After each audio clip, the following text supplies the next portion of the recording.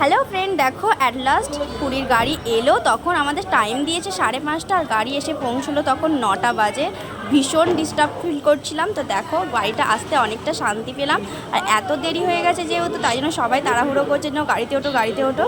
আর গাড়িতে উঠেই আর কি কালীঘাটের প্রসাদ দিয়ে মানে পুজো দিয়েছিল, সেই প্রসাদই সবার হাতে হাতে দিল। আমরা সেটার জায়গায় বসে পড়লাম। বাবু খুব এক্সাইটেড, আমিও ভীষণ খুশি হয়ে আছি।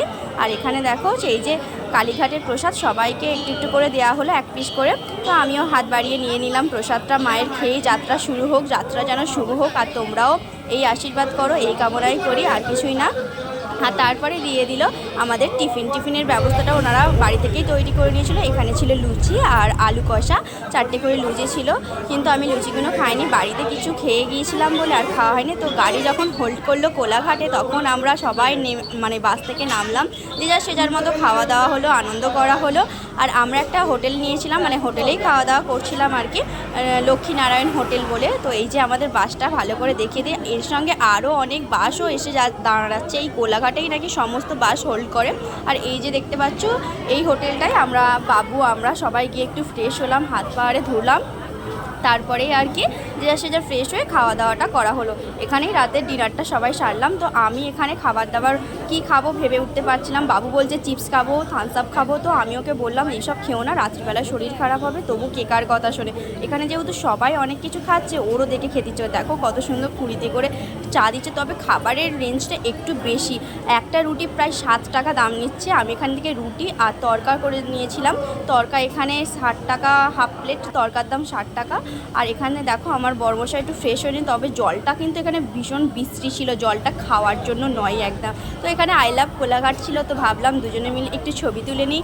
আর আমি তো ছবি তুলতে ভীষণ ভালোবাসি, আর তোমাদের সঙ্গে একটু শেয়ার করব। এখানে দেখো এইচএফসি আছে, মানে কেএফসিরই একটা মানে নতুন আর কি ডুপ্লিকেট করেছে। তো এখানে দেখো তরকাটা কিন্তু জাস্ট অসাম ছিল। আর বাবু একটু থামস আপ খাচ্ছিলো, আর থামস আপটা ঠান্ডা ছিল। আর এখানে যে তরকাটা দিয়েছিল, এই তরকাটা কিন্তু পনির দেওয়া আছে, বেশ টেস্টি হয়েছে। আর বাবু বললো ডিমের পোচ খাবো।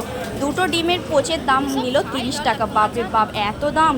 আমি বললাম খেতে হবে না, রাত্রিবেলায় একদম মনে হচ্ছে কাঁচা ডিমটাকে কড়াই দিয়ে আর তুলে দিয়েছে। তবু বাবুর খাওয়া চাই। যখন রাত 2টো বাজে কোলাঘাট থেকে আমরা বেরোলাম, ওখানে আধ ঘন্টার জন্য আমরা হোল্ড করেছিলাম আর কি। আর 2টো বাজার পর দেখো রাস্তায় কীরকম বৃষ্টি হচ্ছিল, ভীষণ ভালো লাগছিল, গরমটা একটু কেটেছে। আর তখন বাজে যখন রাত 2:30, তখন আমরা একটা জায়গা দিয়ে যাচ্ছিলাম যেখানে টোল ট্যাক্স আর কি। সেই জায়গাটায় এত বড় বড় ট্রাকগুলো যাচ্ছে, এত ভালো লাগছিল। আর গাড়িটা যা স্পিডে যাচ্ছিল না, মনে হচ্ছিল সবার থেকে এগিয়ে যাচ্ছে। ভোর 5টা বাজে একটা বাচ্চার আর কি পটি পেয়ে গেল, সেই জন্যই আর দাঁড়িয়েছিল। আর আকাশটা দেখো কত সুন্দর লাগছে, মানে উষার আলো যাকে বলা যায়। আমিও বাস থেকে নামলাম, সমস্ত ছেলেরাও নেমেছিল। আমিও একটু নেমে একটু মানে উষার একটু আলো নিজের গায়ে লাগাচ্ছি আর কি। ভীষণ ভালো লাগছিল, রাস্তাটা পুরো ফাঁকা, মনে হয় একটু রিলস বানিয়ে নিই। আর তারপরে দেখো আমরা চলে এলাম পঞ্চলিঙ্গেশ্বরের উদ্দেশ্য। এখানেই আমরা প্রথম হোল্ড করব, এখানেই দুপুরের খাওয়া দাওয়া টিফিন আর হবে আর কি। এখানে ফ্রেশ হয়ে নিলাম। তারপরে আমার ভাই দেখো কোথায় উঠেছে, পাহাড়ে উঠে একদম সেই উঁচুতে উঠেছিল। তোমাদের সঙ্গে পরে শেয়ার করব। তোমরা সমস্ত ভিডিওগুলো দেখতে থাকো, আশা করি ভীষণ ভালো লাগবে। সঙ্গে থেকো, সাথে থেকো, আর ভিডিওগুলো দেখতে থেকো। কিন্তু বন্ধুরা অবশ্যই লাইক করো।